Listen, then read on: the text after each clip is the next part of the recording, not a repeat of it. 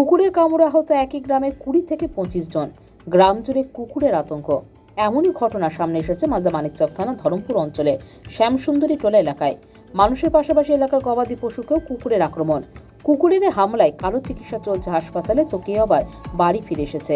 প্রায় সপ্তাহখানেক ধরে কুকুরের এমন হামলার ঘটনায় বেজায় আতঙ্কিত গ্রামের মহিলা পুরুষ সকলেই।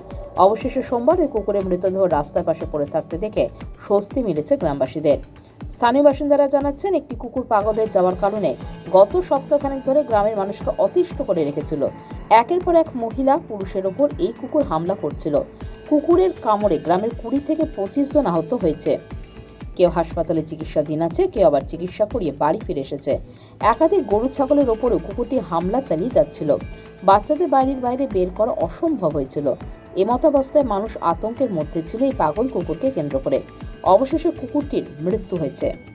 কুকুরে কামড়েছে আমার বাবাকে, আমার ছেলেকে। আচ্ছা, আর এমনি কতজনকে কামড়েছে?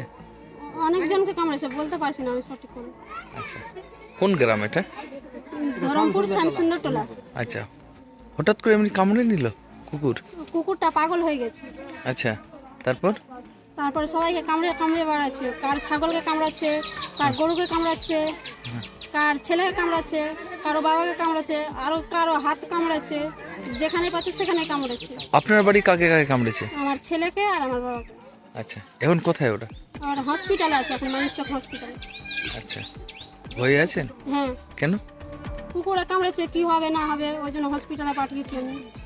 আচ্ছা, এখন কি আর আছে কুকুর আছে কামড়াচ্ছে?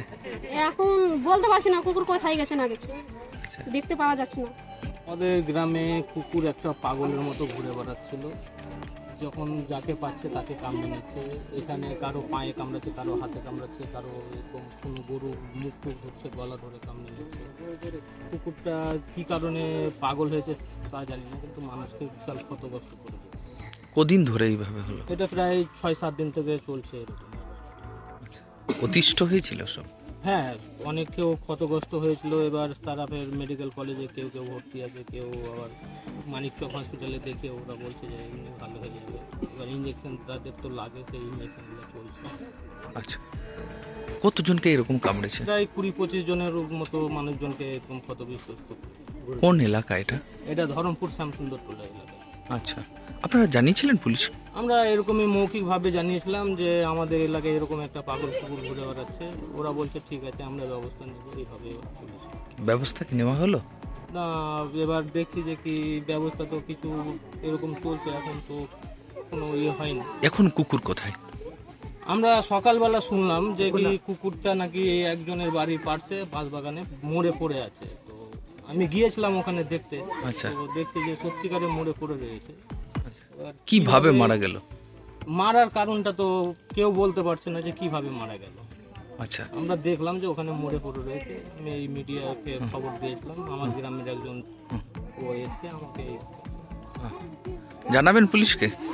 এখন তো ওকে মেরে দিয়েছে, এখন পুলিশকে কি বলবো জানি। গ্রামবাসী তো বলছে যে আমরা ফেলে দেবো, এখানে রাখলে তো অনেক গন্ধ হয়ে যাবে।